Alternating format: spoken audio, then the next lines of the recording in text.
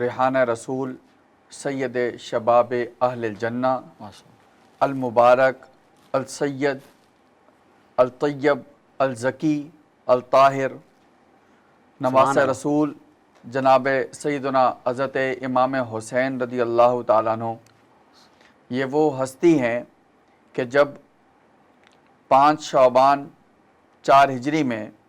حضرت سیدنا امام حسین رضی اللہ تعالیٰ عنہ کی ولادت ہوتی ہے، 3 شعبان کو حضور نبی کریم صلی اللہ تعالیٰ علیہ وآلہ وسلم سیدہ کائنات سیدہ فاطمۃ الزہرا رضی اللہ تعالیٰ عنہ کے گھر تشریف لے جاتے ہیں، اور